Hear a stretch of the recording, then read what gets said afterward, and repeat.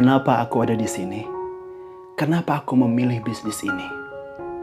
Bisnis ini aku pilih ketika aku berpikir bahwasannya dari bisnis ini bisa memberikan keuntungan, bahwa dari bisnis ini aku bisa mendapatkan apa yang aku inginkan.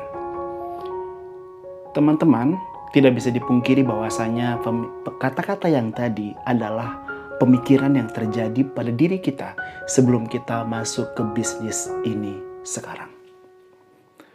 Lalu sekarang kita sudah masuk ke bisnis ini. Kita sudah daftar, kita sudah training, kita sudah lulus dinyatakan sebagai reseller kah atau sebagai EPC kah. Kita sudah gabung di sini. Berjalan hari, minggu, bulan, bahkan tahun, kita lalu melihat diri kita, kok aku nggak berubah? Kok aku tidak seperti mereka? Aku tidak seperti dia yang bisa membeli ini dan itu. Aku tidak seperti apa yang aku bayangkan dulu. Kenapa kok begini? Ayo, siapa di antara kalian yang merasa kayak gitu? Yang merasa bingung kok nggak ada perubahan? Yang merasa hampir nyerah dan mundur ketika dulu begitu semangat, awal-awal begitu bergairah, tapi kok kesini-sini? Ya, udahlah gitu.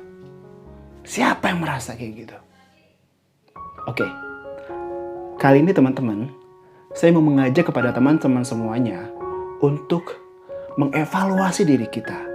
Untuk kita melihat ke dalam diri, kenapa sih kok kita kayak gini? Yang pertama, karena teman-teman tidak memiliki mimpi. Oh, enggak Pak. Saya punya mimpi, saya pengen punya rumah, saya pengen punya mobil, saya pengen punya uang banyak. Bukan, itu bukan mimpi, itu baru ngayal. Loh, emang apa bedanya ngayal sama mimpi? Beda.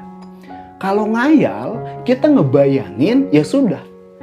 Tapi kalau mimpi atau impian, kita membayangkan secara detail, kita membayangkan secara nyata seakan-akan itu terjadi. Pada saat kita membayangkan, aku akan punya rumah nih. Kita bayangkan rumahnya bentuknya seperti apa. Kita bayangkan depannya itu, halaman depannya bagaimana. Kita bayangkan cat rumahnya itu warna apa. Kita bayangkan lantai atas ada apa. Dan seterusnya, kita bayangkan dengan detail. Itulah impian, teman-teman. Membayangkannya dengan detail, dengan seakan-akan real dan nyata kita sudah menggapai itu. Jadi, buat kamu, ya kamu, yang merasa punya impian, perjelas impian kamu. Yang merasa punya keinginan, perjelas keinginan kamu. Jadi jangan dijadikan hayalan, tapi jadikanlah impian. Itu yang pertama.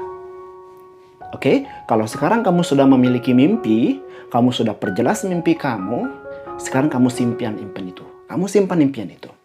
Biasanya orang standar gitu ya, impiannya itu satu, dia bebas hutang. Yang kedua, dia punya rumah, mobil. Yang ketiga, dia bisa membahagiakan orang-orang yang dia cintai. Yang namanya bisa membahagiakan orang yang dicintai itu, ketika anak misalkan minta sesuatu, bisa ngebeliin. Ketika orang tua minta sesuatu, bisa transfer. Dan seterusnya. Lalu pertanyaannya, setelah kita memiliki impian, setelah kita perjelas impian kita, apa yang setelah itu harus kita lakukan?